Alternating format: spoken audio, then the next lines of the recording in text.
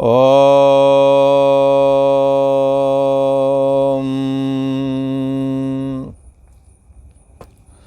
श्री योग वासिष्ठ के उत्पत्ति प्रकरण में श्री वशिष्ठ जी महाराज बोले, हे राम जी, जो मूर्ख मनुष्य है उसको जो मूर्ख मनुष्य है उसको अभय पद में भय होता है। मूर्ख उसे कहते हैं जहाँ भय लगता है, जहाँ भय करना चाहिए वहाँ भय नहीं करता, और जहाँ वो निर्भय है वहीं वो भय करता है, उसको कहते हैं मूर्ख। जैसे कालिदास जिस डाली को काट रहे थे उसी पर बैठे थे, तो मतलब ये कि डाली का कटना उनके लिए भय था, पर वो उस डाली को ऐसे ही काट रहे थे निर्भय होकर के, उन्हें कोई परवाह नहीं थी। मूर्ख की खोज के लिए विद्वान लोग निकले थे। जब उन्होंने ये स्थिति देखी और उससे कहा कि तुम गिर जाओगे, तुम जो लकड़ी काट रहे हो उसी पर बैठे हो, बोले कहाँ गिर रही है, अभी तो बिल्कुल सही है, कभी भी गिरने वाली थी, वो बिल्कुल निर्भय खड़ा था। उन्होंने कहा नीचे उतारो, तुम्हारा ब्याह करा देंगे। बोला तो उसे नीचे उतार लिया। उसी मूर्ख के साथ विद्योत्तमा का विवाह करवा दिया विद्वानों ने। विद्योत्तमा ने समस्त विद्वानों को हरा दिया था, ये काशी की थी। और बाद में सभी विद्वानों ने विचार करके उसको मौनी बाबा बना करके उसी मूर्ख को और ले जा करके वहाँ का ये हमारे गुरु महाराज हैं, परंतु आजकल मौन व्रत लिए हुए हैं, इसलिए मौन में ही ये शास्त्रार्थ भी करेंगे। उनका ठीक है, विद्योत्तमा के सामने उस मूर्ख को खड़ा कर दिया। शर्त ये रखी गई जो इससे अगर परास्त हो गए तो तुम्हें विवाह करना पड़ेगा। बोले ठीक है। विवाह के लिए बहुत सारे विद्वान लोग आए और शास्त्रार्थ किया, पर वो विद्योत्तमा को तो नहीं हरा सके, अपितु उन्हें ही जलील होकर के आना पड़ा। तब उन्होंने विचार किया कि इसका विवाह किसी मूर्ख से करा दें, क्योंकि ये विद्वान की तो कदर करती ही नहीं है। तब उस कालिदास नाम के मूर्ख को ले आए और ले आकर के वो मौन हो गए और कहा ईश्वर एक है, एक उंगली उठाई। अब मूर्ख आदमी उसे क्या पता है कि ये क्या बोल रही है, और उससे पहले उन लोगों ने कह रखा था कि तू बोलना नहीं, इशारे से ही बात करना, जो इशारा वो करे तो तुम भी इशारे से बात करना। तो अब वो कहता, उसने विद्योत्तमा ने कहा कि ईश्वर एक है, इशारा किया। तब उसने इशारा किया दो का, इसका क्या मतलब ये? उसने कहा तुम्हारे गुरुजी तो हार गई, तो वो दो का इशारा कर रहे हैं, हमने तो कहा ये ईश्वर एक है। तो पहले तो यह विद्योत्तमा ने ये प्रश्न किया था मौन होकर के ईश्वर एक है, पर वो मूर्ख ये समझा, ये सोच कि ये औरत होकर के और मुझे उपदेश कर रही है, अंगुली दिखा रही है, ये कह रही है तेरी एक आंख फोड़ डालूंगा, और अगर ये हमारी एक फोड़ एकदम इसकी दोनों फोड़ डालूंगा, चाहे कुछ हो जाए। ठीक है, वो ये कह रहा था। तब विद्वानों ने कहा देखो तुम उन्हें क्या कहा? बोले हमने तो ये कहा था एक ईश्वर एक है। बोले हमारे गुरुजी ने जो कहा वो तुम नहीं जानते हो। बोले क्या कहा हमारे गुरुजी? तुम्हारे गुरुजी ने कहे उनको, और उसने कहा विद्वानों ने समझाया कि ईश्वर तो एक है, वो बात तो ठीक है, परंतु ईश्वर ही जीव बनाई है, इसलिए जीवात्मा और परमात्मा दो हैं, एक नहीं। और इसका प्रमाण दे दिया तुरंत, प्रकृतिम पुरुषम चै विद्यनादि उवापपि विकारांश गुणांश चै विद्य प्रकृति संभवान। प्रकृति और पुरुष दोनों विद्यमान हैं। प्रकृतिम पुरुषम चैव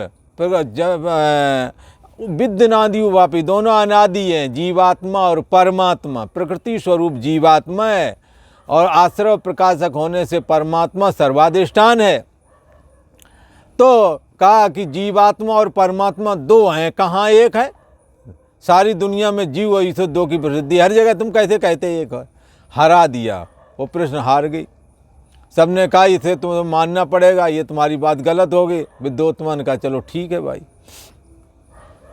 फिर उन्होंने कहा, विद्योत्मा ने कहा 5 तत्वों से शरीर बनता है, मतलब ऐसे करके बताया। तब कालिदास, वो मूर्ख आदमी, उसने कहा अच्छा तो अब ये हमें घूंसा मारने के लिए कह रही, मैं बताऊंगा ऐसे, ज़्यादा मन हीरो बन रही है ना। उन्होंने कहा तो अगर थापड़ मारे तो मैं मुक्का मारूंगा। ऐसा करके उसने हाथ उठाया। तो अब तो उसने कहा देखो ये इसने फिर गलत बोला है तुम्हारे गुरुजी ने। बोले कहा गलत बोला है, सही तो बोला है। तुमने क्या कहा? बोले हमने तो ये कहा 5 तत्वों से शरीर बना है, ये कहा मुट्ठी बांध के, ये क्या दिखा रहा? बोले ये बता रहे 5 से, तुमने ऐसे कहा ना, अलग अलग 5 तत्वों से नहीं शरीर बनता है। अलग पानी रख दो, अलग मिट्टी रख लो, अलग वायु रख दो, अलग अग्नि रख दो, अलग आकाश कर दो, अरे ये मिलेंगे तभी तो शरीर बनेगा। हरा दिया ऐसे ही करके विद्योत्मा को, और मूर्ख के साथ विवाह करा दिया। और वो घर पे लेके गई। बोले हमारे गुरुजी को घर नहीं है, ये तो ऐसे विरक्त हैं, विद्वान हैं, अपना रहते थे। बोले चलो घर चलते हैं, घर ले गए। अब वो तो था मूर्ख। तब तक गली से एक ऊँट निकल पड़ा। ऊँट निकल पड़ा तो उधर ताली बजाई, ऊँट ऊँट ऊँट ऊँट करके भागा उधर देखने गया। तो विद्योत्मा समझ गई ये तो सारा लगता है मूर्ख ही है, और विद्वानों ने हमारे साथ अन्याय किया है, उस मूर्ख के साथ में विवाह कर दिया है हमारा इन्होंने।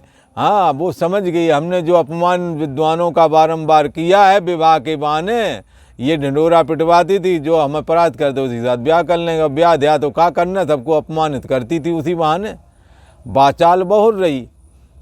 तो क्या है कि मूर्ख किसे कहते हैं? फिर कालिदास ब्याह हो गए, उन्हें उठा करके छत से ही धकेल दिया था नीचे। काली भवानी का मंदिर था, वहाँ गिरा जाकर तो जीभ दांत से कट गई, उसका खून चढ़ गया काली भवानी पर, ऐसा कहते हैं। भला अब काली भवानी पे खून चढ़ गया। काली भवानी ने कहा अरे ये अच्छा हम भगत आया, कोई कामना ना कुछ हो, और आकर के हमारे पैरों में गिर गया, जीभ का कटा हुआ खून हमारे चरणों में चढ़ा दिया, इसलिए उन्होंने वाक सिद्धि दे दी उन्हें। अब तो कालिदास अनायास ही महाविद्वान हो गए। फिर उन्होंने अभिज्ञान शाकुंतलम और पता नहीं बहुत सारे ग्रंथ लिखे, जो बड़े ही अच्छे हैं, और हर प्रकार का रस है, और रघुवंशम है, भगवान राम के वंश का वर्णन है, ये सारे कुछ लिखे उन्होंने। तो मूर्ख को जहाँ भय है वहाँ भय नहीं देखता, उसे क्या कहना चाहिए?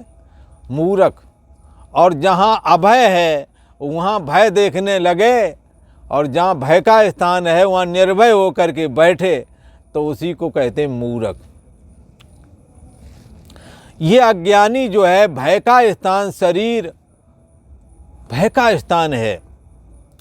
ये जन्म से पहले शरीर नहीं था, मरण के बाद में नहीं रहता, और प्रतिक्षण बदलता रहता है, बचपना जवानी बुढ़ापा करके 3 रंग दिखाता है जीवन में, बचपना जवानी बुढ़ापा। और दिन में भी सतोगुणी वृत्ति, रजोगुणी वृत्ति, तमोगुणी वृत्ति, ऐसा करके ना मालूम कितने रंगत दिखाता है ये शरीर। उस शरीर में सदा रहने की अभिलाषा लेकर के बैठना, श्री वशिष्ठ जी महाराज कहते हैं ये भयदायक है जगह, जहाँ पर तुम ऐसा सोच रहे हो कि मैं सदा बना रहूँगा इस शरीर से। मान भुव में तो भूया समिति प्रेमात्मनि इच्छते, मेरा कभी अभाव ना हो, मैं सदा बना रहूं। ऐसा जो शरीर के साथ रहने की इच्छा है, ये भय देने वाली है। क्योंकि मृत्यु स मृत्यु आपनोति ही, या इह नाने वो पश्यति ही। वह एक न एक दिन मृत्यु के द्वारा मारा जाएगा। जो इस परम ब्रह्म परमात्मा को, जो कि सबका आश्रय और प्रकाशक है, उसमें जो मैं बुद्धि होनी चाहिए, उस मैं बुद्धि को ला करके जो शरीर में स्थापित करता है, वो एक न एक दिन मृत्यु के द्वारा मारा जाएगा। या इह नाने पश्यति, एक परमात्मा में नानात्व जो देखता है, वो मृत्यु के द्वारा मारा जाता है। जो एक अद्वैत परमात्मा को देखता है, हाँ, सो अमृतत्व मानसो, वो अमृत तत्व परमात्मा को प्राप्त हो जाता है। इसलिए श्री वशिष्ठ जी महाराज बोले, हे राम जी, जो मूर्ख मनुष्य है उसको अभय पद में भय लगता है, लगता है ये आत्मा क्या है, परमात्मा क्या है, ये चैतन्य सत्ता क्या है, इसमें उसे सकून नहीं लगता है।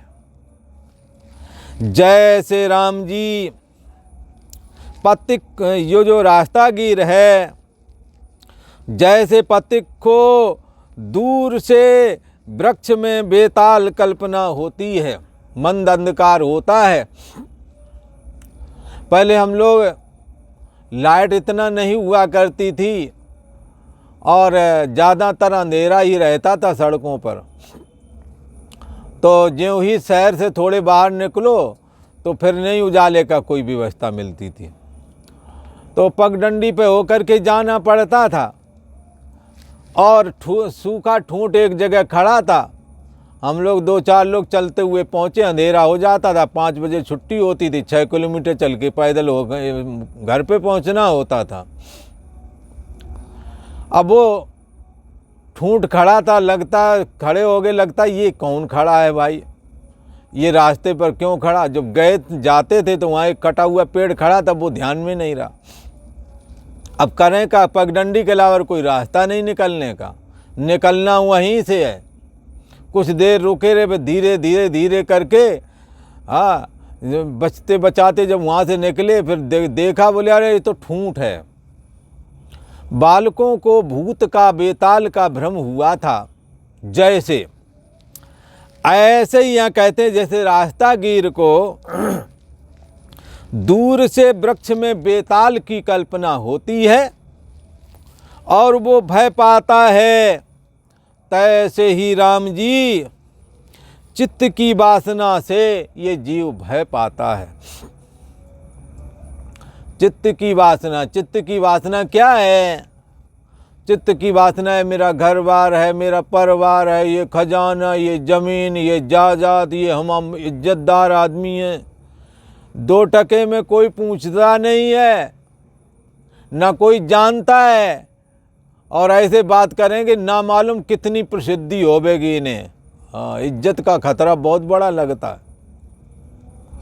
तेरी वासना ही तुझको रिझाती, चित्त की वासना, मैं सम्माननीय हूँ, मेरी बेइज्जती हो जाएगी, 10 लोग नहीं जानते हैं, डरते इतना है मानो कोई राजा रईस हो, सारी दुनिया में इन्हीं का नाम होवे। पर गलत काम से डरना भी चाहिए, ऐसी बात नहीं, पर ये मान सम्मान की वासना एक को है, सबको एक जैसी है।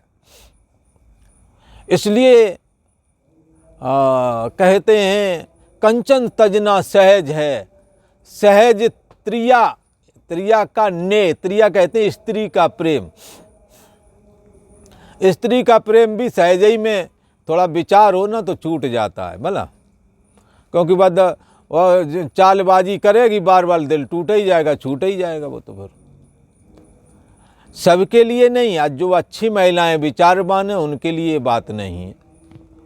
जो चालाक हैं, जो दूसरों का दिल दुखाना ही अपना प्रयोजन बनाए बैठी हैं, ऐसा भी आजकल बहुत बढ़ गया है। जो मन चली स्त्रियां हैं वो दूसरों को ब्लैक मेल करती हैं और उसमें करके और पैसा कमाती हैं इसी बहाने। एक कह रहे कि हमने तो कमरा बनवाना था, एक मुर्गा फंस गया तो एक बनवा लिया कमरा। अब समझ लो क्या क्या कैसे कैसे नमूने हैं। ऐसा कानून है तो भी लोग मानते नहीं, उपद्रव तो भी हो जाता है जब बेचारी कहीं मार काटी फेंकी जाती हैं।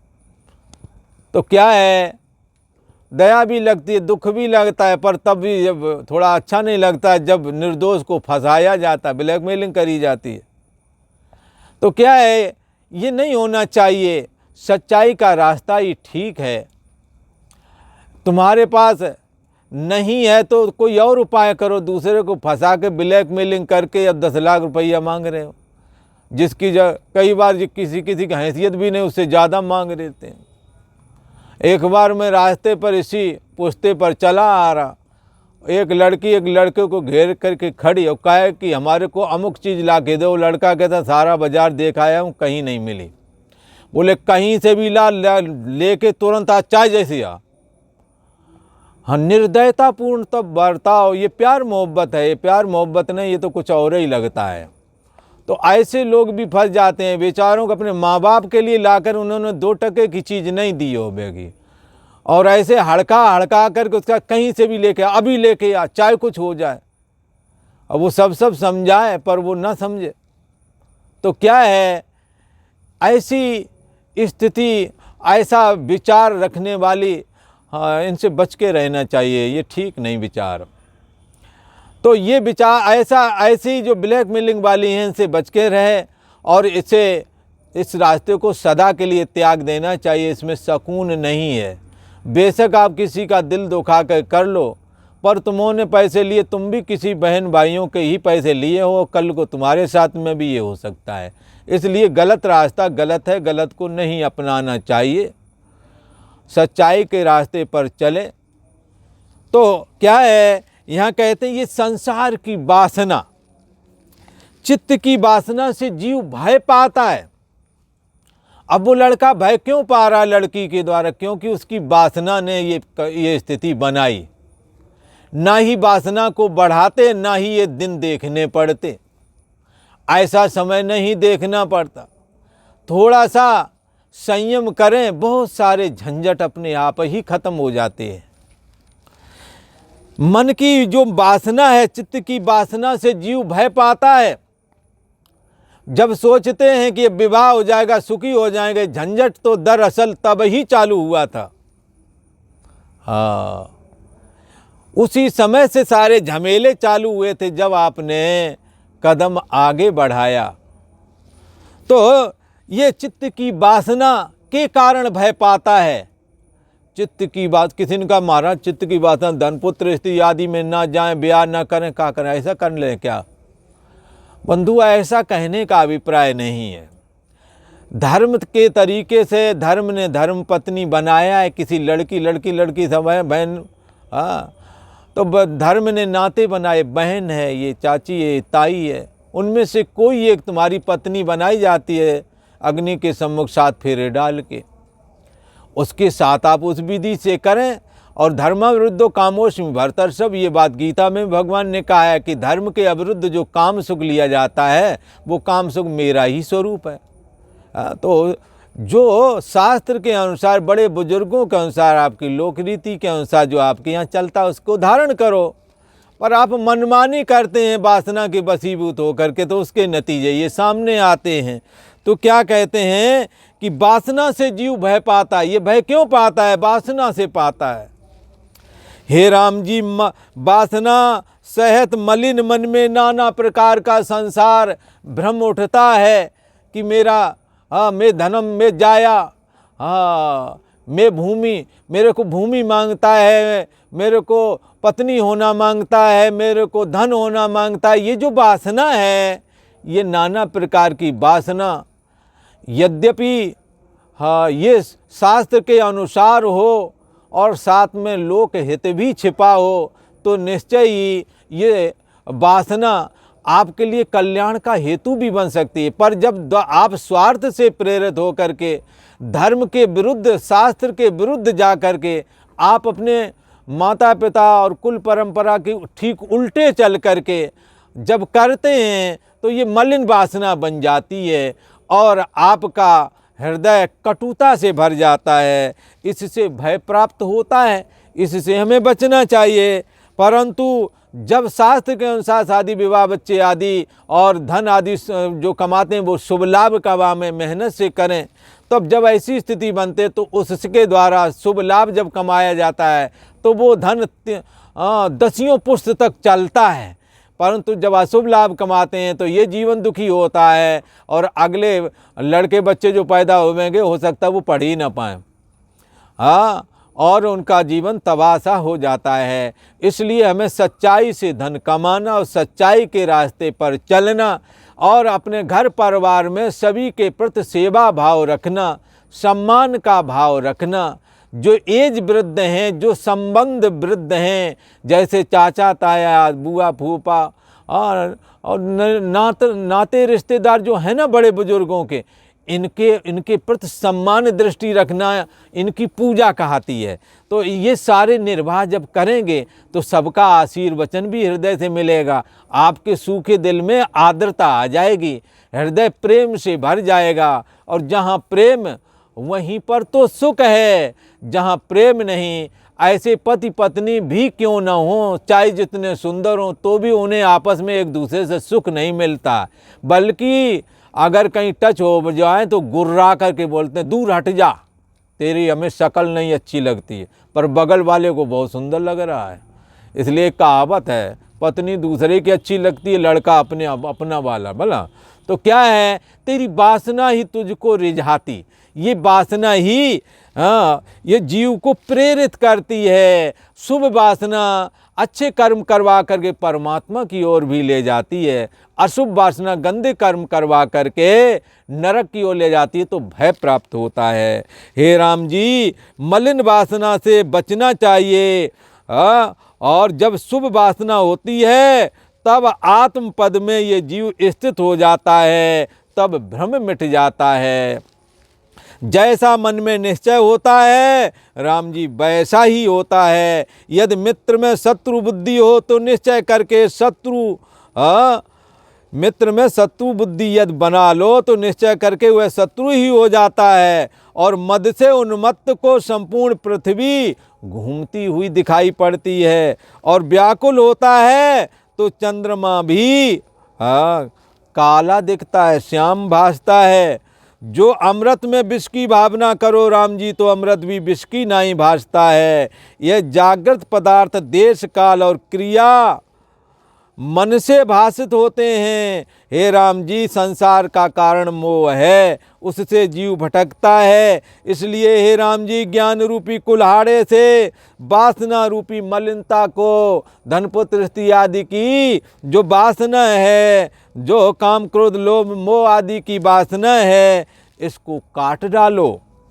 आत्मपद पाने में वासना ही आवरण है। हे राम जी, वासना रूपी जाल में मनुष्य रूपी हिरण फंसकर संसार रूपी वन में भटकता फिर रहा है। जिस पुरुष ने विचार करके वासना को नष्ट कर दिया, उसको परमात्मा का प्रकाश भाषित होता है और परमात्म स्वरूप हो जाता है। जैसे बादल से रहित सूर्य प्रकाशित होता है, तैसे ही वासना रहित चित्त में आत्मा प्रकाशित हो जाता है। और सर्वाधिष्ठान ब्रह्म मैं हूँ, नेह नानास्ति किंचन, या नाना नाम की कोई वस्तु नहीं, एक परमात्मा ही विद्यमान है। सोहमअस्मि, वो मैं ही हूँ, ऐसा धारण कर लेता है, वो कैवल्य निर्वाण को प्राप्त हो जाता है।